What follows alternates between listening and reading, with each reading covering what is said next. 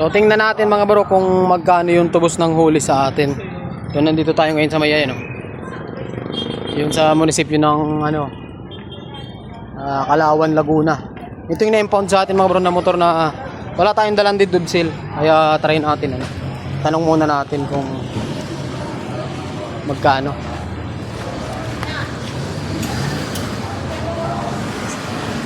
Sir, hindi pa magtanong saan po yung nahuli kasi ako kagabi sir. Tuputan? Oo. Dito.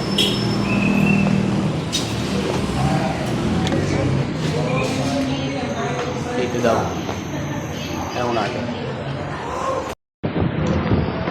Hello ma'am. Mababayad po ba na ako ng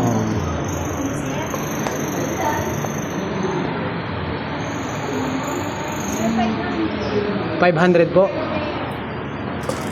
Pangalan sa RJ. Si RJ Cal po. Opo. 500.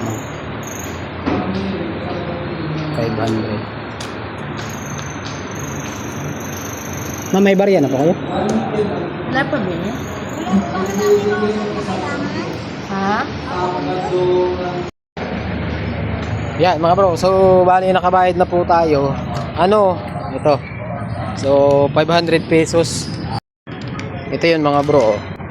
Official receipt. Impound.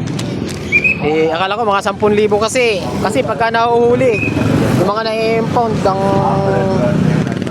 binabayaran talagang multa maabot ng 10,000. Diba? Walang lisensya, walang rehistro. Ayan, alam po ganun. So ito 500 pesos lang. Ayun, diretso tayo sa doon sa may pulis. Kunin natin yung motor. Kung makukuha natin yung motor. 500 pesos.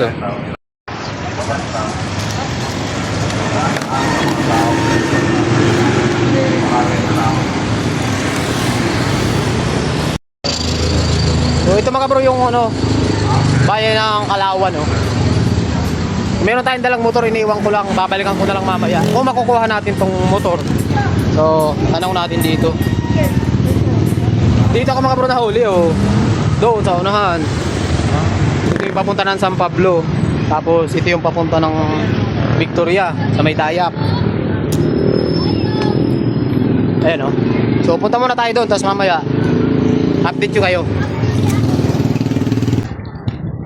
Ayan, malapit na tayo.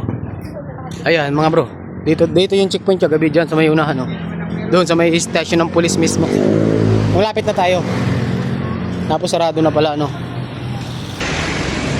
para maitanong natin. So marami na kasi ako mga bro na napuntahan na checkpoint. Mga police, may LTO, may HPG. Ang lang naman kasi malimit, ORCR lang.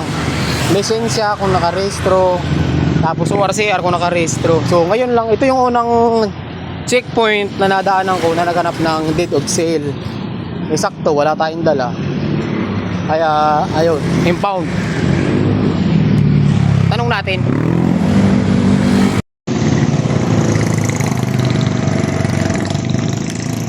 Ba ako? Parang walang tao yata. So, pasok tayo.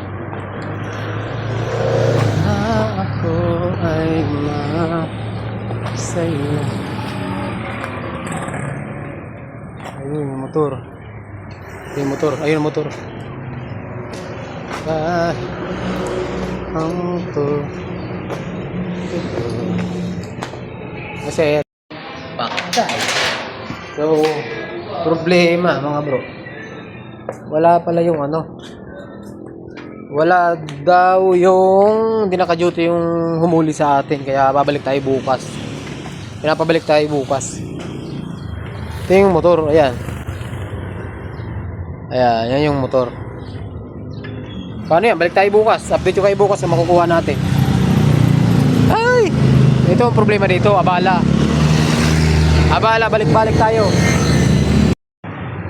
Yan. So, ang gagawin natin mga bro, babalik na lang tayo bukas. Ang kailangan daw mag-release nun kung sino yung nakahuli. Bukas ng umaga babalik tayo. Okay, yun, highway muna tayo.